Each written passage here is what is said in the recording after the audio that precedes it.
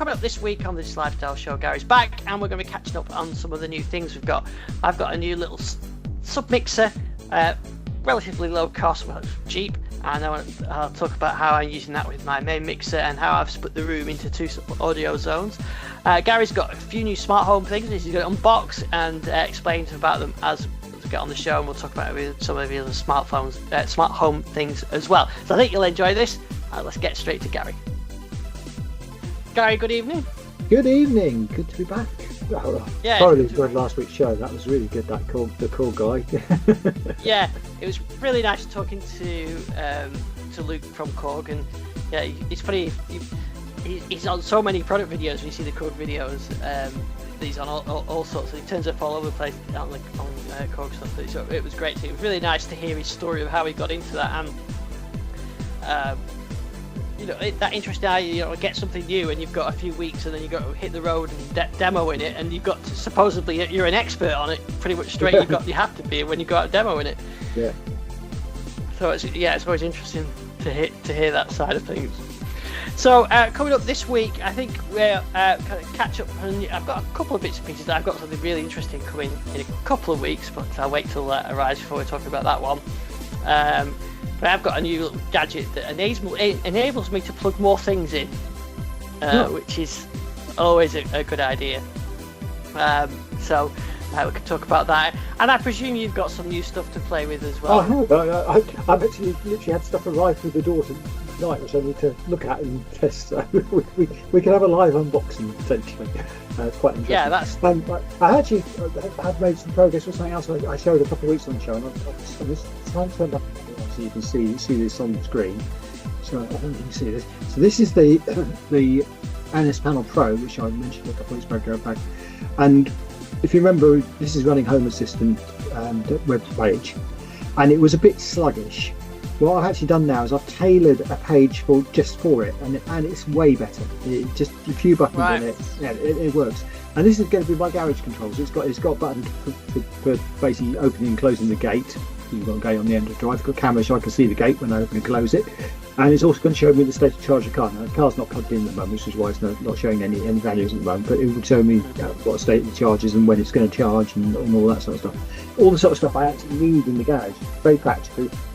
And I mean, I was a little bit dubious about this because of the performance of it. But now I've got it set down to this is perfect for that little tiny little dashboard where you want something just to control something very quickly, simply, not try and do too much, and just maybe sort of lighting control of the kitchen or something like that, or just something to where you want to just have a few controls on it, but visually, and actually maybe have a camera feed, doorbell feed, or something like that in there as well. I think it works well for that, so it's good. I mean, it's not surprising it's like this. It's powered by an ESP chip inside it, so it's an ESP32 type chip. So some of the things we've looked at before on the channel. So I think it's not actually surprising driving a screen like this would be challenging for that. But you can, as I say, you make it look quite nice. You can do big buttons on it. I think it works well as a dashboard. It's interesting that the last few months, all I've seen on all the Home Assistant forums is people sharing their dashboards and how they're doing them on big screens on the wall and stuff like that. And reality is, very rarely do you actually need a tablet, a wall panel type display. And I've got a couple organised with very specific things like calendars. Calendars, I think, are one thing where you want to see what's going on visually. Yeah. But home automation controls, I don't have switches on my panels most of the time because you really don't need them. If you like your home assistant, your home control properly, and I've talked about this before on the show, with the idea of the intelligent home rather than just the smart home. Smart home tends to be automating switches, remote controls, all that sort of stuff. Whereas the intelligent home actually does things intelligently. It's like got a new kitchen in now, and I've put some strip lighting in it, LED strip lighting in it, and it's a very simple thing with presence sensors, which you can do as a part of a smart home. But so it's got presence sensors to open and turn the lights on and off, which is fine. And they're wave presence sensors, so if you stand still, they don't turn off, which is always a pain if you use it straight infrared ones, they don't work. But I've taken that one step further. So this LED strip I've got has got zones. You can actually address individual parts of the LED strip. You can have different colours. So what we can do is we can have part of the kitchen dim, but the area where you're standing and working is brighter. So you're focused it on knows, that. And you do that. Or equally, when you come down at night, it knows it's night time. It will dim the lights down, but it doesn't just do that on a time basis, because go to bed at different times, and you don't. Yeah. And before you go to bed, you might want it bright. So it actually knows you've gone upstairs, gone to bed, because it's got all the detection for that. So it knows then to switch it into night mode once people have actually settled down to night. So it's that intelligence you need to build in, and a lot of that I'm driving through my AI now as well, which I've got this small language model, as I would call it, running at home. And I was running on Olama. I'm now running on that on the OpenAI control, which seems to work well. That's got good facial recognition stuff in it. So I've got facial recognition from when we go up the stairs, so it can tell who's gone upstairs to bed, basically. So it's just the kids. So it knows. Yeah. It knows that it's just us. It knows. So it's more. That intelligent home is quite good to get those sort of things working. I have to say, I'm really impressed with the light system I come up with, which is I think I mentioned it before, but it's WLED based, WLED based LED strips, so it's a custom sort of built thing. But it's really, I've put it in quadrant tubing across the ceiling, and that looks really stylish. It's very, very impressive. I've got one glitch on at the moment, so I need to look at, and I think it's probably just down to power drop. So when it starts up, it sort of flashes a few of the LEDs and starts up. It almost looks like a fluorescent tube starts up, the old. Oh yeah. So in some ways it's quite nice, because it gives you that, because there's always a delay starting up in LED. You just get a little flash and then it comes up. So it's so it's quite good in that respect. But and that's quite interesting effect. I wonder if you could simulate that. I bet you can simulate that. Those tubes, you can probably do it digitally. Yeah. Well, I haven't seen that as a preset on WLED, but there is a lightning storm preset which does that sort of flicker and flash thing. So you definitely. I think my display panel up there, I could make my own custom animations for it, so I could probably do that. A twinkling panel, That's another of those things that's almost gone now. You never really see those. I suppose people still have them in garages and things like that, but when the tube goes and the starter, isn't it, that goes? I suppose they still use, aren't they, in some cases? You see them less and less now. I've got probably, I suppose it's 20 years old one up in the loft, which because it doesn't get used that often is still working. The starter's getting slow. You can still get starters. That'd be interesting, because you can't buy fluorescent tubes anymore, obviously. They're the staple of many a horror film. Definitely. Intermittent flashing, those things where they flicker on and off, and everything. You definitely need that digitally recreated. Yeah, which I'm sure we could do. So this is really cool. You can do all sorts of effects on the lighting. You can have strobe, you can have rainbow effects. You can even have disco effects where you, because it's got a microphone built in, it can dance to the music and that. So it's pretty cool. So just looking at ways to control. But so most of the time it's completely automated, but there's time you want to sort of put it into different moods and stuff, and that's actually where one of the things I've got delivered today comes in. So this is from Candio. I'll show you.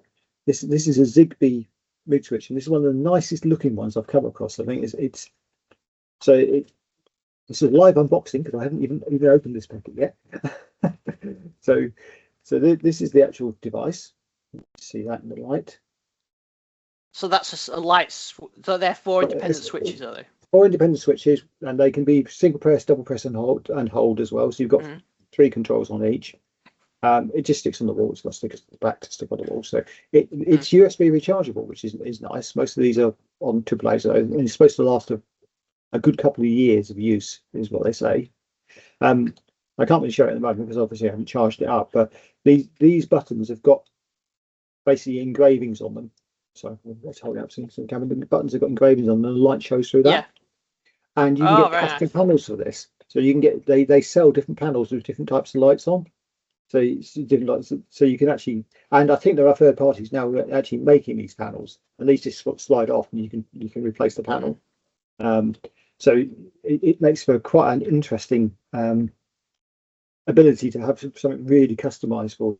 If you laser engraved it, it would show through as well, so you could actually put anything you liked on it. But it's Zigbee, Yeah, which that's is quite nice. nice. So it's obviously Zigbee allows you to see what the state of things are quite easily. So I think it's going to be quite cool. Just need to charge it up now and then see how it actually works when I've charged it. So what do you need as a sort of a back end to work with that? So you need something which can read Zigbee. So there's a few words in it. I use SmartThings to do mine, but you could use SmartLife Tuya. SmartLife is designed to work with Tuya. You could use a Home Assistant with a Zigbee dongle. I like Zigbee. It's got a lot going for it. Just realised this has actually got a magnetic piece on the back, so you could have it on the wall and then take it off the wall and walk off with it to use that. So yeah, that's. I suppose you can charge it as well. Then can't you? But it's an easy take it off the wall to charge it. Yeah. Okay. Yeah. So I think it's quite nice that it's but yeah, just a standard Zigbee and the great thing about the Candio ones is they're really compatible with a lot of stuff. My dimmer switches in here are all Candio control, and that's one of the nice things as well. With a standard dimmer, normally there's a module inside the dimmer which you can actually take out and replace, and just you leave the faceplate and place it as it is. So you can just buy the sort of the knob control piece as a separate piece and just replace that. So rather, if you've got a particular style you like, you can do that, and that's something that Candio do a lot of. So yeah, it does look cool. It's an instruction leaflet, very easy. It just says I've got to charge it with USB-C. It doesn't supply any form of charger with it, of course, but that's normal these days. You don't even get that with your phone, with a £2,000 phone now. But yeah, so it's got lots of options on it, and so I can't see that page, but you can kind of see some of the custom designs for different icons and different colors you can have as well. Yeah. So, and it'll work as a scene switch or a dimmer switch. You can actually switch it to operate as a dimmer. So yeah. So I wonder if I could I use that with like the hue as a scene switcher then? So my hue, I've got different switches. In fact, I've got the hue switch here, but I can toggle through the different ones, but it'd be nice to have like one with the presets on there. I mean, it recommends using it. It says it requires a Tuya gateway. That's I mean, my experience with the Candio stuff is that you can pair it with anything, but with Tuya you probably get a few more options. Yeah, looks good. That's quite nice. Yeah. So let's double press. So what else have you got? Yeah, so the other thing which I'm actually really excited about. So this is a presence sensor. So we've had a few presence sensors on. This is a medium MM wave presence sensor. The nice thing about this one is it's battery powered, so you don't need to have cables going towards it. And the other thing is it's Matter, which is actually the first Matter over Thread device I've actually had. No, Thread is the standard that Nest came up with for their communication for their thermostats.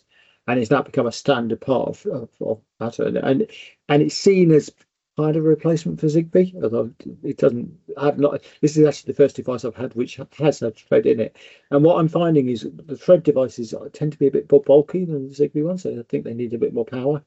So it'll be interesting to see this one. I haven't even opened the box yet, so we'll do a live unboxing. Yeah, let's have a look. Work out how to get into the plastic. Getting into the packaging is always the hardest thing. This is definitely super strong packaging, so we'll cut into it and see what we get. But and I've been very effectively using another Sonoff product. The Ernest Panel Pro we just looked at was Sonoff, the video, the display. One of their presence sensors, which is wireless, is USB powered, but works on Zigbee, and that has been really good. Actually, that's what I've been using to control the kitchen, and it gives a lot of flexibility on how you configure it. So I do like that one. And again, it's always good going for these MM wave ones. Some of the problems with MM wave though is sometimes they can be triggered by things like fans, and certainly in our kitchen the microwave triggers it. So you can do is combine that with an infrared sensor, So have an infrared sensor and a PIR, and that gives you an idea. So I mean, this one says it's got a presence sensor, built-in light, so it's got quite a few things built into it. It can be powered by DC or battery, and it supports lots of ecosystems. It says so. That's a good start. I feel like get into the box. Yeah, so I've got into the box. Let's see what we've got. Well, big chunky device. So it's probably one of the biggest presence sensors I've seen, but if I can get it out of the Yeah, because I have little. Some of them are really small, aren't they? Yeah, I mean the mmWave ones do tend to be a bit bigger, but this is particularly chunky. Oh yeah. But yeah, it's got a stand. It's got a clip on the back. So that's a stand as well. So that's either a wall mount or a stand. That's quite good. Guess you just tilt it up. What else does it get in there? You get an instruction leaflet, which is quite. It'd be interesting to read that. Some other stickies to stick it on the wall with. That's quite cool. Oh, that's a good idea. Yeah. And a USB lead and 2 batteries, which is nice. You actually get batteries in the box, which is unusual these days. So yeah, so can be powered either way, and it's got something on the back to open up and look at it. So yeah, I think that's be interesting to play with it, set it up, see what it looks like, see if it magically appears in my home assistant. But I have got Thread enabled in my home assistant, so it should be something which should be possible. So it's actually got socket at the back to put the batteries in. So I'll put the batteries in now, and then I'll see if my phone suddenly recognises it as a new device. So, yeah. Cool if it does. It's quite good. Yeah. I like that. Yeah, that's good. Yeah. I mean, it's useful to be able to work out where everybody is in the house. It's definitely there's an advantage to having that sort of technology. Most of these presence sensors give you things like how far away you are from the sensor, or zones you can detect on. The one I'm using in the kitchen at the moment just gives you distance from it, but you can use that to work out what zone people are in by having it going across the kitchen. But it'd be nice to have one which actually does proper zone. Like some of the other ones do actual zones where you can sort of pick up areas of the kitchen or areas of the room you want to use. We used to have the car FP2 in my bedroom for that, to work out if I was going to the cupboard and turn the cupboard light on or things like that. Which is a bit overkill. You could have done that quite easily with a normal PIR, to be honest, when you open the cupboard door. But sometimes it's just a bit fun to do it, and sometimes it is definitely overkill to do some of these things. But well, the batteries have gone in. What happens next, I do not know. It's just like it's flashing a light. That's always a good sign. I don't know if it's going to usually parents. It's usually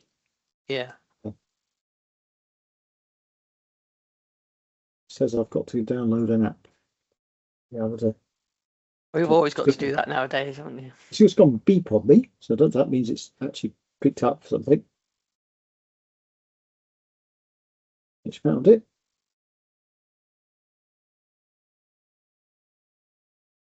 Right, so it says I've got to add it to a smart home app. I can add it to SmartThings if it's picked up on that. Let's see if it'll pick up directly at home with Home Assistant. This Home Assistant has got a thread. It should detect it.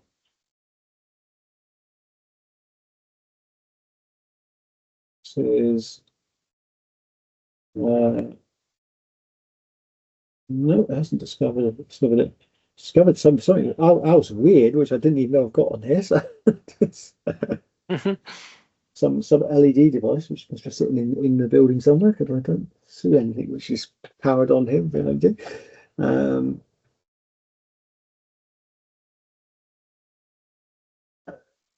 No, the thread has not detected it, so that's interesting.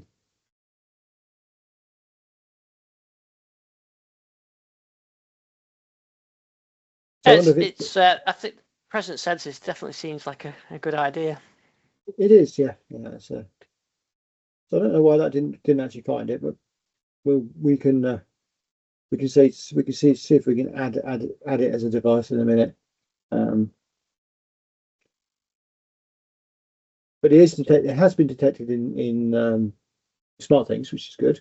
So that would give me an option to add it.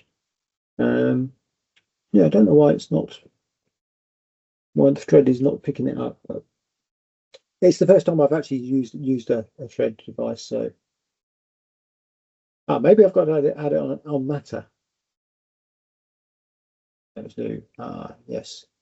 It says I've got to scan the QR code. So let's see if I can. It's saying scan the QR code. See if I can scan the QR code, because there is one on the back of this device. Yeah, probably spin around. You can probably just about see me yeah. Tick, big tick. Yeah. Right. Ready. Connecting to the device. See what happens. If it works. Yeah, it's not working at the moment. I might have to do some more research on that. Oh, it says it's generating. Yeah. It's credentials. So it's sort of checking connection. It's not actually connected to Wi-Fi, so it seems to be trying to find it over Wi-Fi when it's not actually on Wi-Fi. It's only on Thread, so that may be the problem. Yeah. Well, you'll have to play with it and let us know. I will play with how it. You get on with it next time. Yeah. It does actually say it's connecting the device to Home Assistant, so we'll see. We'll see what we can actually get on with. But yeah, I like a couple of things I do like about it. It's got the sticker for the device actually on the instructions as well as on the device itself, which is something. It says something went wrong. I don't know what I did wrong there, but I'm sure it's feasible to work it all out. Yeah, sure it is. Yeah. So, well, I can tell you then while you look at that, I can tell you the new thing I got was this is a stereo mixer, but I've got over there. I've got my mixing desk, which has all the faders on it and the multiple input ports and everything else. But it's got sort of 4 monos and 2 stereo inputs. But all my synths here, and I'm looking at 1, 2, 3, sort of 4, 5, 6 in front of me there. They're all stereo, so I need stereo, and I don't want to buy a new mixer because it's also the USB audio device, so they're quite expensive to get. But I've got more synths to plug in. So this device is really neat. Is that it's basically I'm using it as a submixer. So it's got on the back there 10 stereo 1/4 inch input jacks. So you can get the cables. I think I've probably got one here somewhere. Yeah. So I bought these cables, which are standard 1/4 inch, 2 stereo 1/4 inch jacks. And then so you put them into your stereo outputs of the synth into here. You get 10 channels, and then you've got 1 stereo output, which using one of these cables as well, the reverse way, you put into the stereo inputs on my mixer, and it's got separate individual level controls on there and mono buttons, so I can have stereo or mono, and it's powered by USB-C, which is really nice. Plus, it's got a ground control on it as well. So if you get some ground home, you can ground it. So I plug all my synths using these cables, all the ones in front of me, into these, and then I take 1 stereo pair out, and that goes into a mixer. So it means now that I can have, well, I've got 10 here, and I've got 2 stereo inputs on the mixing desk as well. So I could have 20 stereo devices on this side of the room. And in fact, what I've done is I've took 1 stereo pair out of here to one of them over there behind me. So all those synths go stereo into the same way into one of these behind me, and then 1 pair of that stereo goes all the way around the room back to here into the mixing console. So I've actually split it. So I've actually got 2 separate faders. So that side of the room is on 1 fader. This side of the room is on another fader. I mean, it's not ideal. Every instrument should have its own fader, but I don't do real-time mixing of separate instruments at the same time. Separate record. I tend to record 1 instrument at a time. So I just fade them up and down as I want. So it would be better if it had sliders or something like that, but it does what it does for me. But it's compact as well. That's the thing. I haven't got space for 38 or 48 port mixing desk on my desk, it would take up all this desk. So this is a very compact way of doing that. It was 20 quid from Amazon, so it's not hugely expensive, and it's just as a USB-C. So I've actually given it a separate. It came with a USB-C charging cable and plug as well. Wow, which that's unusual this day and age. Yeah. So I actually used that separate one rather than it running from one of the PC ports, just so that it can eliminate any ground hum. But I haven't got any hum with it as well, so it's low noise and it works really well. So they do a 5-channel one, which is what I've actually got over there, which I already had, and then they've got this is the 10-channel one. So it's really handy now. So any synth I've got on this side of the room, take stereo inputs straight in, or even mono. I can just put it into mono mode. I find it really handy now. So the only thing I have to try and remember is which synth goes into which ones of these as well, which I've just got to get used to. Or I could get one of those dyno label type things, whatever, and put on synth names on there. But I do tend to move things around quite frequently, so I can't maybe label it. Sticky labels I didn't keep replacing them. What I should do is use my Raspberry Pi with the e-ink display thing that I've got. I put what's on the thing, and on the e-ink display you can write to it. So I could put what each synth's on which port, write it to the e-ink, put that on the front there because you can take it off the Raspberry Pi, and then and then if I want to change it, I just reprogram it from the Raspberry Pi. That probably makes sense. Yeah, it does make sense. So maybe I'll do that. Yeah. So a really handy little gadget, not a huge amount of money.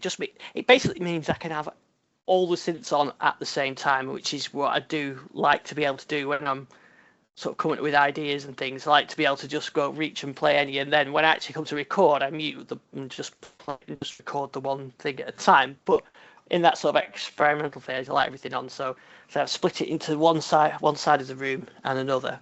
So all the things I use all the time are on this side of the room. The things I use slightly less frequently are on that side of the room.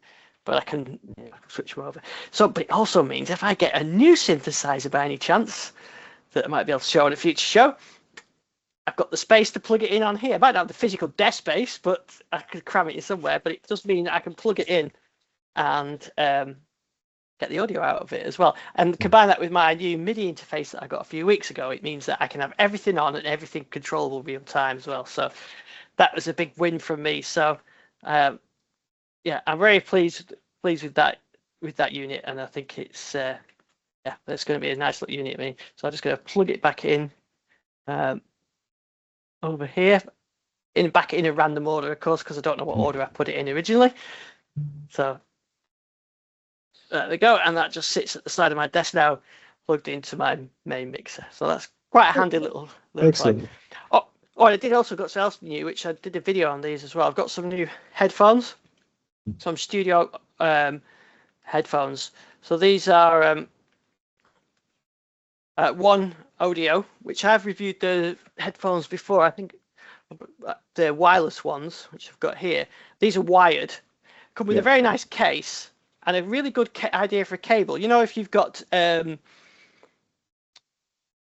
micro, so if you've got one of those little mini jacks, the cable that it comes with two, a mini jack to mini jack, and it also comes with a mini jack to 1/4 inch, and both sockets are on the headphones.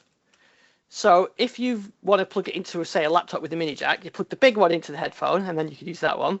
If you plug it into my mixing desk, which needs that, you plug the little one into the little one on the other side. Oh, that's clever. So one cable does both jobs. So there's no little adapters needed. Yeah, I thought that was a nice little tool, and it does come with mini jack to mini jack cable as well.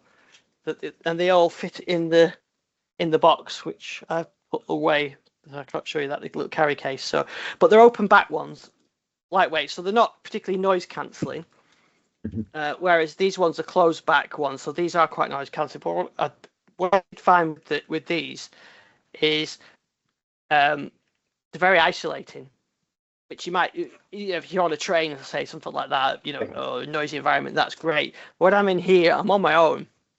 Actually, it's quite handy to be able to hear if someone knocks on the door or whatever. Especially if I'm, working on something, or maybe working during the day, and I'm just not hear the front door go or something, or someone knocking on the door or whatever. I mean, I get the notifications from the Arlo camera of my watch, but not if someone's just wants to my attention. So these being open back means at least you can, if someone does want you can hear them as well. So, but they're really light. That's the other thing on it. It's got like the velvet pads on them. I think they're 70 odd quid. Link will be on the descriptions on the videos that I've got, but the high impedance ones as well, so the high definition, so 250 ohm. So you need to drive them from a mixer really. Although I did try it directly into my Surface laptop, and it drove them okay, but they're not designed primarily for that. They're designed for the studio environment. So if you put them into an amp or maybe a hi-fi amp, like my Denon one up there, it'd be perfect for that as well. But my mixing desk has got a headphone output on there. These synths all have as well. So but it's just really light. So sometimes I work from home, I might be sat up here all day into the evening, and so you need a light. I don't like earbuds too long because they drive me crazy after a bit. So, but really nice studio monitoring, excellent headphones. So do like those.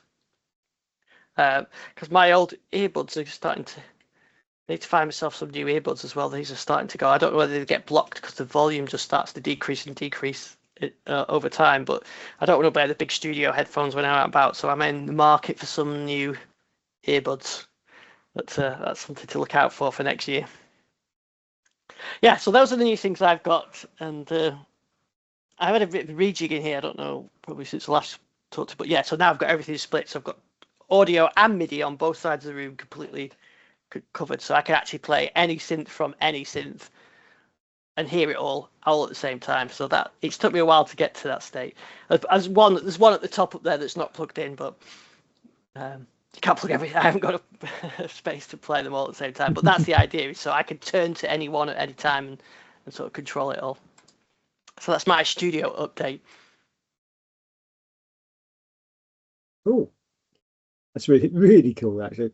Yeah. I'm trying to think what else I've changed since the last. The other thing I did do was the underfloor heating, which I mentioned a couple of months back. I was been, and that's now all properly in place and working.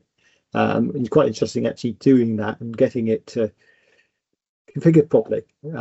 So most of these, so this is foil-based electric underfloor heating. So it's basically just got under the carpet or under wooden floor. It actually goes under most things. It's quite nice. And normally what happens is whatever flooring type has a surface temperature limit. And the way you enforce that is by having a probe actually under the flooring, so you can get an idea of how hot the flooring's getting, as opposed to how much hot the room's getting. Because sometimes you want to get if you've got really, so in our kitchen, for example, we've got flooring that thick. It takes a long time to warm up to get through that.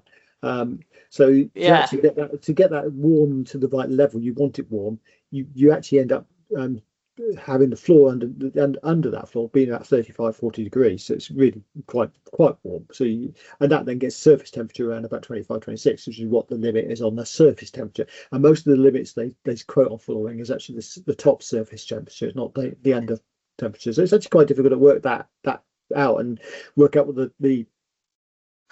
temperature if you get it to this temperature underneath, will it get any higher? How long does it take to get to the top effectively, and how long what it's going to how long it's going how when do you have to turn it off to stop it overheating and that sort of stuff. And I've fed a lot of that into the AI to work it out and got quite nice algorithms working. But one of the interesting things on that is we actually don't really want to use this floor to heat the rooms. I mean, it'd be really expensive to do that, and it's not cheap. It's not cheap to run underfloor heating. Well, though this isn't too bad. I mean, this is 200 watts, so it's not like it's going to cost an absolute fortune for most of the rooms. And even the kitchen, which is much bigger, is only one and a half kilowatts charge. But you still wouldn't want to run that all the time. But what we do want to do is just have it warm our feet when we get up in the morning, because wooden floor is cold, so we wanted to make sure it was going to be warm when we walked out. When you go down to make tea and coffees. So I've done. So basically, it's working on the floor temperature sensor, and we want that to turn on regardless really what the room temperature is. We still want that floor to warm up. So I've actually found that most of these thermostats actually have a setting now where you can actually override or choose which thermostat you want to use, which probe you want to use. So they usually have an internal thermometer and this external one, and you can either drive it off the internal one or the external one. So if you use the external one, which is the floor one, you can then set that, which then means you have this wonderful thing where you look at your heating program for the day, and it's saying at 8 a.m. heat it to 45 degrees, which sounds sort of crazy temperatures. Yeah. But all you're trying to do is warm up the floor. Get the floor, and it works. It works really well. So yeah, that's quite pleasing when that all comes together. But yes, it's interesting. Just on this thread thing, it's actually now told me it's too far away from the thread router, which actually makes sense because the thread router is in the house, not in the studio out here. So it's having problems connecting to it. But at least it detected it this time, so that was good. Yeah, that's good. Yeah, it's quite an interesting idea that with the floor heating. I like that idea. Just having a slightly warm floor. It works. I mean, to be fair, it's doing a really good job of heating the room as well. At the moment, we've got some issues with everything's getting commissioned at the moment. The radiators aren't properly commissioned yet, so we got commissioned. They're running a bit cold, but the underfloor heating is taking the strain at the moment and is warming the whole space up really nicely. It just takes a while to do so, and it would be expensive to do it all the time like that. But yeah. Not unhappy with that as an option though. It's definitely something I could live with. But that's quite good. And the other thing I'm doing now, this is just plug these in, is again I'm using the AI to work out our patterns. So rather than just having it on our set program, working out what days do we go places, when do we do things, everything like that effectively to see what we can do. I've got this plugged in now, so you can kind of see that when you press the light buttons, it flashes the lights. I can see the one at the bottom. Yeah. That's the charging one because I've got charging. So it's a nice visual indicator that you've pressed what you pressed. Yeah. Yeah. And it feels really solid. It's definitely well built, and it's not white, which has definite effect of style points. But most of my switches are silver in one way or the other. So it'd be nice if it was less matte silver, but it's quite a nice effect. Yeah, it doesn't look out of place, does it? Yeah. So we'll see how quickly it charges. It's interesting. Apparently, the red changes which button it's on depending how charged it is. So we'll see how that goes. Oh right, I suppose that's 25%, 50%, 75, 100 probably, something like that. Yeah, so we'll read up on that. But I haven't quite figured out how that all works yet, but you'll get there. But it's good instructions on it anyway. So. Oh, that's good. Yeah. So hopefully next couple of weeks I'll have a new bit of gear as well to talk about as well. It should be quite interesting. So I haven't bought anything for quite a while. Apart from these bits and pieces and the DW8000, but that was second-hand. Does that count? I don't think it does it? We're up to December now, aren't we? So there'll be all the gift, but it's for top tech enthusiasts. It's hard to buy tech gadgets for tech enthusiasts, isn't it? Because everything, even if someone said to you what a proximity sensor for Christmas, you've got to get the right proximity sensor. Or if you want a USB-C mixer or something like that, it's not. We tend not to be able to get stuff like that, don't we? I just realised I actually have my underfloor heating thermostat instructions here, which gives an idea what it looks like. It's quite a neat little device. Those are incredibly cheap. This is Wi-Fi one, but you could get a Zigbee one as well. I might actually change it to a Zigbee for power reasons, but they're about 30 quid for that. talk about what can you get the right person for Christmas. So say you wanted to get a thermostat. Is it Zigbee? Is it Wi-Fi? Is it matter over thread? Yeah, There's too exactly. many Yeah, standards. Too many standards. yeah, that's it. Yeah. But anyway, I think you said you were documenting some of this stuff to go on your channel at some point in the future. Yeah. Well, I'm going to do something. I'm actually going to put the Fascinating Tech channel up at some point with a lot of this stuff on. Um, the adventures we've had on the build and things I'm building in the standards. But yeah, it's going to be good. I'm hoping I'll get this thing to work because it'll be really cool. So I'll just have to see if I can. I mean, the idea it can be on battery, and apparently it's quite low power when it's on matter over thread, so it should last a while on battery. So I'm told. So let's see. Mm. Yeah, that's the thing. These things have got to have the battery life, haven't they, to be useful and not to keep having to reboot them all the time. Yeah, I mean, obviously this switch being USB charger is good because that's easy enough to set up. And one of the things we have done this time around in the new part of the build is every single double socket has got USB on it as well, and USB-C, which is nice. And it's interesting actually. You think, oh, I'll just have a USB socket in the socket, but you don't think about what type of USB socket you want to have necessarily. And obviously with USB-C, you've got power delivery, USB-C PD. And you can choose what wattage you want, and there is actually lots of choice in these places, and obviously different prices to go along with it. But you can go for anything from 8 watts up to I think 32 watt power delivery, which makes a huge difference how quickly something charges. It's sort of like slow charging, rapid charging, and it depends on what you want to use it for. But if you want to use it for charging phones and things like that, it makes sense to have it on power delivery. With a reasonable amount of watts, so we've gone for a balance between, because we didn't want to spend. Obviously, you've got to cut the costs as well. You go to the top, you can spend 120 quid for a socket if you're not careful the right stuff. Yeah. But we've gone for 12 watt delivery, which actually seems to be it's like fast charging, so it's reasonably okay to charge off of. And that works pretty well. Yeah, I like that idea. Yeah, those ports are quite useful, aren't they? The USB-C charging ones. Yeah. So all good stuff. Excellent. Well, hopefully you get that so you can give us a demo next time. I think we'll be back in.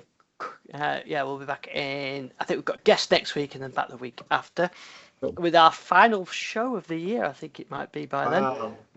This year has just gone, hasn't it? I mean, we've had so many guests this year, which has been really good. It's great to see that. But yeah, it's just seems a shot past this year, and so much is changing this year, especially particularly around the AI machine learning stuff, which is just sort of taken over.